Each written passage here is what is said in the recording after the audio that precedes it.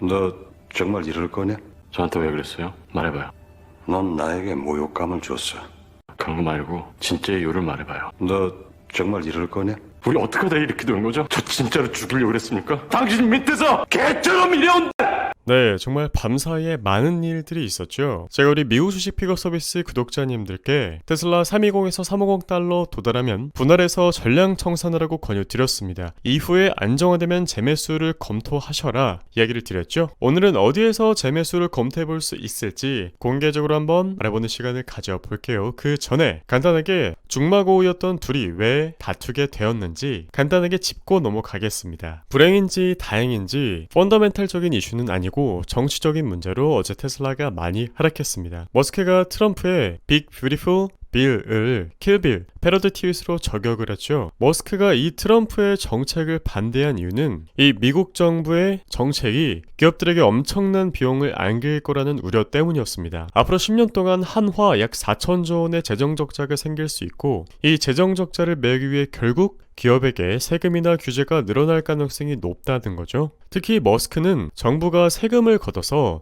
지역구 의원들 인기용 사업, 도로, 박물관, 문화회관 이런 것에 쓴다는 것 그 자체를 싫어합니다. 머스크는 세금은 효율적으로 써야 한다라는 입장이었거든요. 심지어 랜드폴 의원도 머스크 편에 서서 논쟁이 확산됐었습니다. 트럼프는 머스크가 전기차 보조금 줄이려는 것을 문제 삼아 법안을 공격했다고 반박하고 주장을 했죠. 그가 미쳐버렸다고 했습니다. 하지만 머스크는 오래전부터 전기차 보조금 자체를 반대해왔다는 사실 자체는 팩트입니다. 이미 테슬라는 보조금 없이도 경쟁력을 확보했다고 보고 보조금 없이도 살아남겠다라는 철학이 있었기 때문이죠. 좀 대단한 생각이긴 한데 지원금에만 의존하면 기업이 스스로 혁신하려는 동기가 줄어들 수 있다는 비판도 해왔었습니다. 거기에 트럼프가 일론 머스크가 없어도 펜실베니아에서 우린 이길 수 있었다. 근데 머스크는 간이고 쓸개고 다 내놓고 트럼프를 위해 일했었기 때문에 트럼프는 상당히 배은망덕하다라고 비난했죠. 트럼프는 스페이스 X 예산 삭감을 언급했고 머스크는 펠컨 9 드래곤 해체까지 선언을 해버렸습니다. 거기에다가 머스크는 새로운 중도 정당이 필요할까라는 글을 트위터에 고정까지 해놨었죠. 트럼프는 해봤자 앞으로 4년밖에 안 남았지만 머스크는 40년 동안 거뜬히 활동하고 영향력을 펼칠 수 있다는 자신감입니다. 이 둘의 성격을 보면요 사실 부딪힐 수밖에 없습니다. 둘 다 자기애가 조금 강한 편이고 권력욕도 있고 이 승부사로서 집착하는 부분이 있죠. 게다가 둘 다 상대를 깎아내리는 공격적인 직설적인 화법을 가지고 있고 때로는 고집을 접고 실리를 챙기는 부분도 긍정적이긴 합니다. 다행인 부분은 트럼프와 머스크가 화해의 제스처를 취했다는 점, 트럼프는 괜찮다,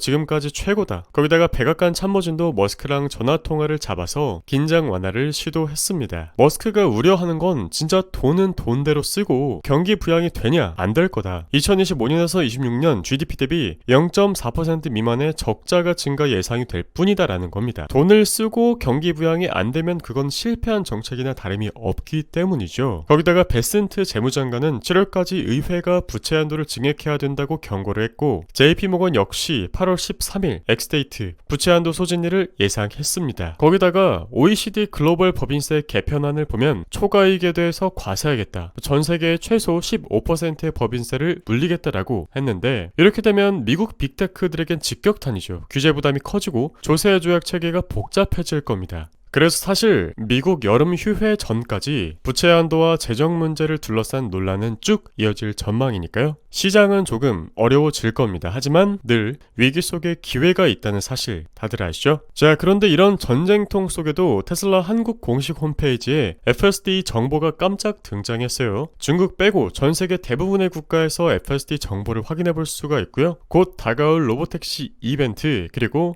저가형 신규 모델을 기대해 봐야겠습니다. 머스크도 본인의 영향력 그리고 실리콘밸리의 인맥풀이 워낙에 넓기 때문에 어느 정도 계산은 하고 들이받았을 거라고 생각합니다. 생각 없이 그냥 들이받진 않았겠죠. 자, 놀란 가슴 부여잡고 지금 우리가 해야 할 거 뭐죠? 테슬라를 사야 될지 말아야 될지에 대해서 분석을 해야겠죠? 자, 테슬라 일봉 분석으로 넘어가겠습니다. 자, 실제 4월 6일에 마지막 지지밴드 그러니까 220에서 234를 제시해드린 뒤에 테슬라가 320에서 350달러 도달했을 때 우리들의 충분한 수익권에 도달했을 때 전량 청산해야 된다라는 가이드를 드렸었습니다. 그리고 이후에 안정화되면 다시 재매수를 검토해보자라고 이야기를 드렸었는데요. 바로 오늘날 우리가 검토해볼 수 있는 자리가 왔다고 판단됩니다. 자, 일봉 차트에서 보면 여기서 수렴하는 모습을 확인할 수가 있었죠. 자, 수렴하는 모습 확인했습니다. 그럼 수렴의 입구값부터 대략 고점까지 충분한 상승이 이루어졌을까요? 네, 그렇습니다. 대략 340,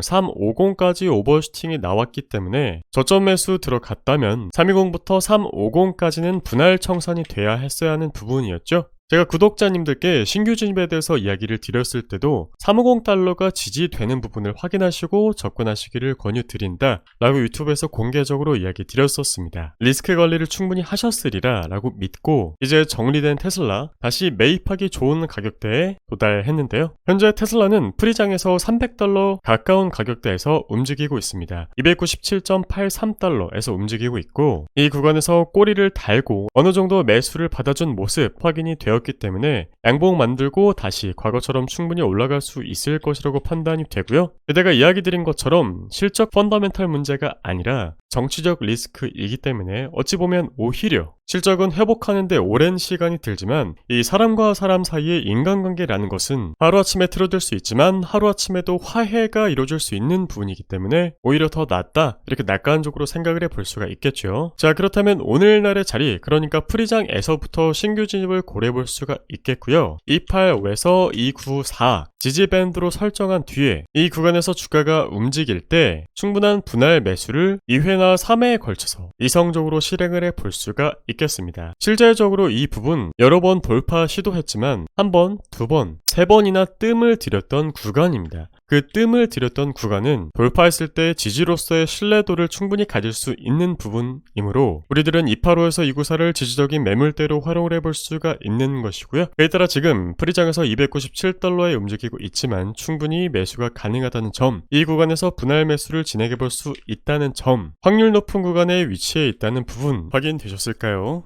양측 모두 호전적이고 승부사 기질이 있지만 실리적인 이익을 위해서는 휴전할 수 있는 여지 또한 있다는 점, 이야기 드린 것처럼 서로 간에 언제든 입장이 바뀔 수 있고 백악관에서도 서로를 릴렉스 시키기 위한 입장이고 실제 전화통화까지 잡힌 상황이라는 점, 그리고 우리들은 이 불확실성을 매매 전략으로 연결시키면 된다는 점 이야기 드리겠습니다. 자, 6월 9일 미국 주식 픽업 서비스 시작되죠. 어제 기준으로 훌륭한 반도체 기업 하나를 우리 구독자님들과 함께 매수했고요. 6월 6일에 실제 트럼프 대통령은 미국 내 완전한 반도체 밸류체인 구축을 희망하면서 18개월 내에 첨단 반도체 공장을 건설할 것을 명령했고 트럼프 임기 내에 500만 장의 웨이퍼 생산을 추진하겠다라고 이야기를 했습니다. 이 멘트만 들어도 어떤 기업이 수혜를 받을 수 있을지 한눈에 확 들어오죠. 최근 보잉처럼 턴어라운드하고 있는 기업, 강력한 비즈니스 해자를 가지고 있는 기업, 2030년까지 2배나 성장할 수 있는 기업, 상위 1% 안에 드는 기업이므로 장기 투자로 아주 적합하다라고 판단하고요. 해당 기업이 궁금하시다면 6월 9일 얼리버드 서비스 신청을 통해서 확인해 보시기를 권유드리겠습니다. 남은 저녁 평화롭게 보내시기를 바랄게요. 감사합니다.